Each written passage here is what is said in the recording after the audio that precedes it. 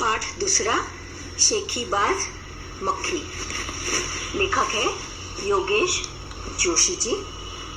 मित्रों, कई लोगों को शेखी बघाड़ने की बुरी आदत होती है। शेखी बघाड़ना यानी बढ़ चढ़ कर बातें करना, जितनी हैसियत है नहीं उससे बहुत ज्यादा बढ़ चढ़ कर बताना। तो यहाँ एक मक्खी थी, बहुत शेखी बघाड़ती थी। उसकी कहानी आज हम पढ़ते हैं। एक था जंगल।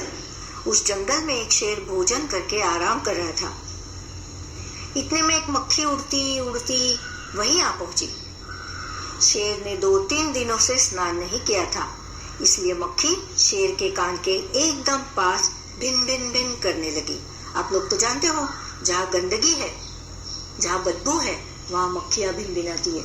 ये जो शेर था आलसी था। भोजन करने के बाद सोने के लिए उसने एक अच्छी जगह देखी और वहाँ आराम कर रहा था, जंगल में ही। और ये मक्खी, हाँ वही शेखीबाज मक्खी, वो उसके कान के पास आकर भिन भिन करने लगी। अब जैसे कि आप लोग जानते हो, जब इलेक्ट्रिसिटी या बिजली चली जाती है तो मच्छर आकर हमारे कानों के पास भिन भिनाने लगते हैं और हम लोग चिढ़ जाते हैं। उसी प्रकार ये जो शेर था बहुत तंग आ गया। शेर को बहुत मुश्किल से नींद आई थी। उसने पंजा उठाया, मक्खी उड़ गई, लेकिन फिर से शेर के कान के पास भिन भिन शुरू हो गई। फिर से उसने कान के पास जाकर भिन भिनाना शुरू कर दिया। अब शेर को गुस्सा आया, वह दहाड़ा, अरे मक्खी दूर हट, वरना तुझे अभी जान से मार डालूंगा। अब कितनी छोटी मक्खी और कितना बड़ा जंगल का राजा शेर, लेकिन उसने कहा तू दूर हट, नहीं तो मैं तुझे मार डालूंगा।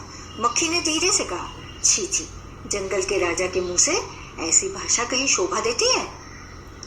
शेर का गुस्सा बढ़ गया। उसने कहा, एक तो मुझे सोने नहीं देती, ऊपर से मेरे सामने जवाब देती है, चुप हो जा वरना अभी। क्योंकि शेर जंगल का राजा था, कोई उसके सामने बोले ये उसे कतई पसंद नहीं था, इसलिए उसने क्रोध में आकर कहा कि एक तो मुझे तू सोने नहीं दे रही है और उल्टा जवाब दे रही है, तेरी ये हिम्मत, चुप हो जा। मक्खी बोली, वरना क्या कर लोगे?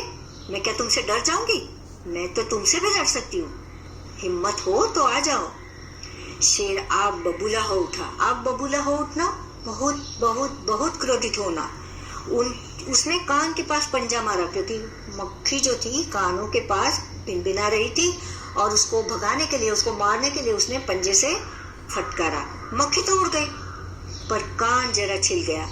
मक्खी उड़कर शेर की नाक पर बैठी, तो उसने मक्खी को फिर पंजा मारा। उसने सोचा मेरे पंजा मारने से मक्खी मर जाएगी, लेकिन मक्खी नहीं मरी, उल्टा उसकी नाक छिल गई।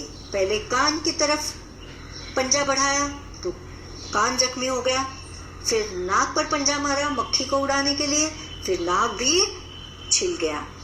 मक्खी कभी शेर के माथे पर बैठती, कभी गाल पर, तो कभी गर्दन पर। शेर पंजा मारता जाता और खुद को घायल करता जाता। मूर्ख था, बेवकूफ। मक्खी तो फट से उड़ जाती। मक्खी, उसको मालूम था कि मैं इतनी छोटी हूँ, तो मैं तो इसके पंजे में आने से रही। अंत में शेर उड़ गया, थक गया। वो बोला, मक्खी बहन अब मुझे छोड़ो, मैं हारा और तुम जीती, बस यही चाहती थी ना कि मैं तुमसे हार मान लूं। बस मैंने हार मान ली, अब मुझे तुमसे किसी भी तरह से लड़ाई नहीं करनी है, तुम निकल जाओ यहाँ से। मक्खी घमंड में चूर होकर उड़ती उड़ती आगे बढ़ी। सामने एक हाथी मिला। हाथी तो गजराज, इतना बड़ा। मक्खी ने कहा, अरे हाथी मुझे प्रणाम कर, मैंने जंगल के राजा शेर को हराया है, इसलिए जंगल में अब मेरा राज चलेगा। घमंडी मक्खी ने इस तरह हाथी को ये बात बताई कि शेर मुझसे हार चुका है। अब शेर जब हार गया तो बाकी के प्राणियों की क्या बिसात, मैं ही हूँ इस जंगल की, जंगल पर अब मेरा राज चलेगा। हाथी ने सोचा, इस पागल मक्खी से बहस करने में समय कौन बर्बाद करे। वो होशियार था, समझदार था।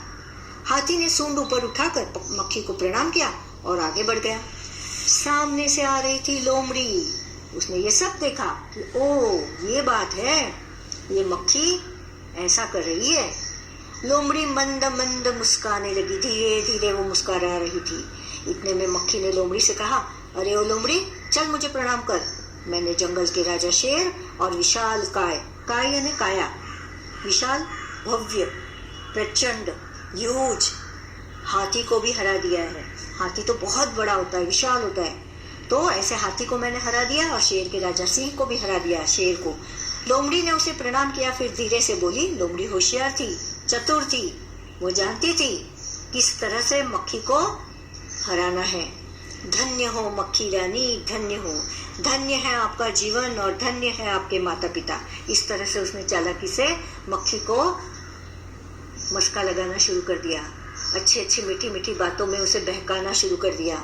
लेकिन मक्खी रानी, उधर वह मकड़ी दिखाई दे रही है ना, वो आपको गाली दे रही थी, उसकी जरा खबर लो ना, खबर लेना, उससे टकरा जाना, उसको देखना, उससे हार न जाए, उसे मुकाबला करना, खबर लेना है ना, मुकाबला करना।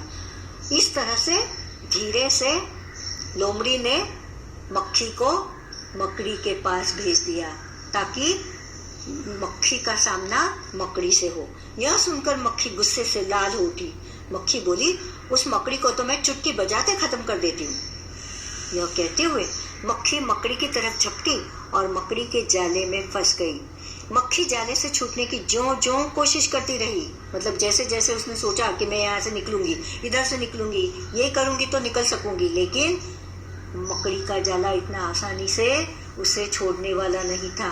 मकड़ी का जाला इस तरह का बुना हुआ होता है कि बड़े बड़े मच्छर, बड़े कीटक उसमें आसानी से फंस जाते हैं। त्यों त्यों और भी अधिक फंसती गई। अंत में वह थक गई, हार गई। यह देखकर लोमड़ी मंद मंद मुस्कुराती हुई वहां से चलती बनी। आपको ये कहानी कैसी लगी? अच्छी लगी होगी ना? अब सबसे अच्छा कौन लगा? मेरे हिसाब से सबसे अच्छा हाथी लगा मुझे। क्यों? क्योंकि वह मूर्ख मक्खी के मुंह नहीं लगना चाहते।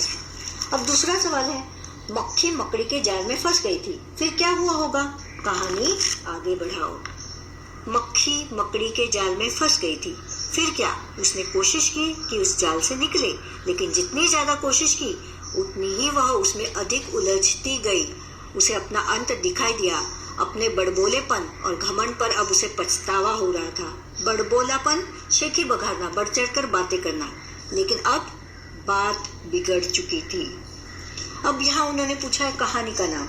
अगर कहानी का नाम मक्खी को ध्यान में रखकर, लोमड़ी और शेर को ध्यान में रखकर लिखा जाता तो उसके क्या क्या नाम हो सकते थे? अभी लोमड़ी को ध्यान में रखकर अगर रखा जाता तो चतुर लोमड़ी, और अगर शेर को ध्यान में रखकर तो आलसी और मूर्ख शेर, ऐसा हो सकता था। अब तुम कहानी के लिए एक और नया शीर्षक सोचो। यह शीर्षक यानी टाइटल, कहानी का नाम, कहानी के किसी पात्र पर नहीं होना चाहिए, कहानी की किसी घटना के बारे में शीर्षक हो सकता है। तो कहानी का नया शीर्षक मुझे लगता है घमंडी का सर नीचा, ऐसा हो सकता है। जो घमंड करते हैं उसकी हमेशा हार होती है। अब उन्होंने पूछा है, मक्खी ने जब शेर को जगाया तब वह आग बबूला हो गया। तुम्हें जब कोई गहरी नींद से जगाता है तो तुम क्या करते हो? और मैं भी वही बताऊंगा कि किसी की नींद खराब नहीं करनी चाहिए। तो मुझे अगर कोई नींद से जगाता है तो मैं चिढ़ जाता हूँ। हाँ, केवल माँ को छोड़कर, क्योंकि वो मुझे पाठशाला जाने के लिए जगाती है, और कोई मुझे जगाए तो अच्छा नहीं लगता। मक्खी उड़ाते उड़ाते शेर उब गया था। तुम क्या करते करते उब जाते हो? मैं पढ़ाई करते करते उब जाता हूँ, क्योंकि गणित विषय मुझे पसंद नहीं। जब अध्यापिका मुझे 15-20 गणित एक साथ करने का गृहपाठ देती है तो मैं उब जाता हूँ। मान लो तुम शेर हो, मक्खी ने तुम्हारे साथ जो भी किया वह लोमड़ी को बताओ। अब हमें संवाद के रूप में बताना है। अब पहले शेर कहता है, लोमड़ी रानी जानती हो, आज तो मैं मक्खी से तंग आ गया था। क्यों? क्या हुआ? शेर, मक्खी मेरे कान के पास भिनभिनाकर मुझे तंग करती रही। मैंने उसे भगाने हेतु पंजा मारा तो मेरा कान जख्मी हो गया, फिर नाक की भी यही हालत हुई। लोमड़ी, तुम 2-3 दिनों से नहाए नहीं थे ना, इसीलिए यह हाल हुआ। शेर, जी मैं जानता हूँ, कई बार उसे भगाने के बाद मैं थक गया और मैंने हार मान ली। शेर तो भोजन करके आराम कर रहा था। तुम खाना खाकर क्या क्या करते हो? अक्सर क्या करते हो? अक्सर मैं खाना खाने के बाद थोड़ी देर के लिए टीवी देखता हूँ, अथवा जो बचा हुआ गृहपाठ है, होमवर्क, वो कर लेता हूँ। और कभी कभी मैं सो जाता हूँ। और ये कब होता है? जब दूसरे दिन छुट्टी होती है। शेर ने भोजन में क्या खाया होगा? मेरे हिसाब से शेर तो मांसाहारी जानवर है, तो उसने जरूर किसी जानवर को मार कर खाया होगा। और तुम क्या क्या खाते हो? मैं भोजन के लिए रोटी, दाल, सब्जी, दही और फल खाना पसंद करती हूँ। अब यहाँ हर एक प्राणी के सामने या कीटक के सामने एक गोल दिया हुआ है जिसमें उसे संवाद करना है। नीचे कहानी से जुड़ी तस्वीरें दी गई है, उनमें कुछ न कुछ बोला जा रहा है। सोचो और लिखो कौन क्या बोल रहा है। पहले तो मक्खी बोलती होगी। किससे? शेर से। मैं तुमसे डरती नहीं, तुमसे लड़ सकती हूँ, हिम्मत हो तो आ जाओ। और शेर ने क्या कहा होगा? मक्खी तुम यहाँ से चली जाओ, मुझे सोने दो, वरना मैं तुम्हें जान से मार डालूंगा। अब हाथी क्या बोला होगा? तुम अपनी बड़ाई करती रहो, तुम्हारी साथ बहस कर मुझे अपना समय बर्बाद नहीं करना है। और लोमड़ी क्या बोलती होगी? लोमड़ी, ये मक्खी बहुत ही शैखी बघा रही है, पर मुझे तो समझदारी से काम लेना है। मक्खी रानी, आप महान है, आपके माता पिता भी धन्य है, पर वो मकड़ी दिखाई दे रही है ना, वो आपको गाली दे रही थी, जरा उसकी भी खबर लो ना। अब कौन क्या ऐसे पूछा है, अलग अलग जानवर, उसके गुण बताने हैं। अब मेरे हिसाब से घमंडी कौन थी? ऑफ कोर्स मक्खी। चतुर हाथी भी था, क्योंकि उसने चुप रहने में समझदारी समझी। समझदार भी था, वो भी हाथी। डरपोक, शेर डरपोक था। और सबसे चतुर लोमड़ी थी। और आलसी कौन था?